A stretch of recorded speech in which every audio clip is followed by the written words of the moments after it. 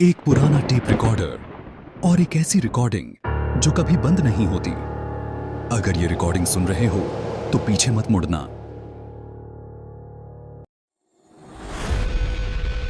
धीमी बारिश हो रही थी।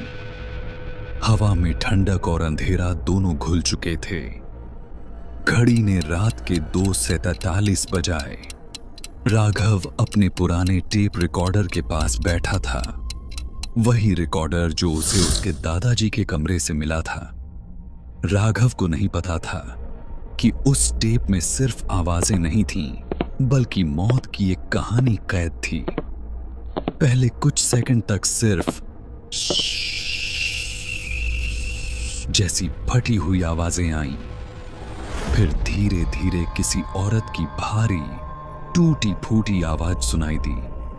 अगर ये रिकॉर्डिंग सुन रहे हो तो पीछे मत मुड़ना। राघव का दिल जोर से धड़कने लगा। उसने तुरंत पीछे देखा, लेकिन वहां कुछ नहीं था। कमरा बिल्कुल शांत, मगर हवा का झोंका कमरे का पर्दा हिला गया। पर्दे के पीछे से किसी के सांस लेने की हल्की आवाज आई बताई।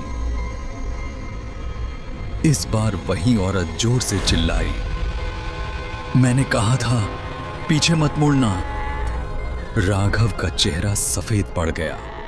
उसके हाथ कांपने लगे। उसने रिकॉर्डर बंद करना चाहा, लेकिन बटन फंस गया। रिकॉर्डिंग खुद ब खुद चलती रही। अब उसमें किसी के कदमों की आवाजें सुनाई देने लगीं। ठक ठक ठक, मानो कोई उसके ही कमरे में चल रहा हो। राघव ने डरते डरते ऊपर देखा। सीलिंग फैन के नीचे कोई परछाई झूल रही थी। धीरे धीरे वह चेहरा दिखाई देने लगा। नीले होंठ, सूखी आंखें और मुंह से बहता काला खून।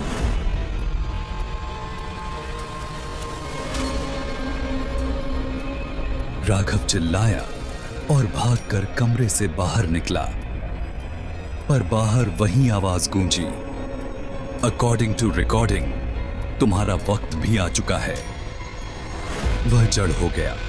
उसके फोन की स्क्रीन अपने आप ऑन हुई और रिकॉर्डिंग प्ले होने लगी, पर इस बार उसकी अपनी आवाज थी। मैं राघव इस रिकॉर्डिंग को आखिरी बार सुन रहा हूं। अगर कोई इसे पाए तो इसे कभी मत चलाना। राघव समझ नहीं पाया कि यह उसने कब बोला था। उसकी सांसें तेज हो गईं। फिर रिकॉर्डिंग में एक और आवाज आई। वही औरत धीमे स्वर में बोली, अब तू भी हमारी कहानी का हिस्सा है। और अगले पल राघव गायब हो गया।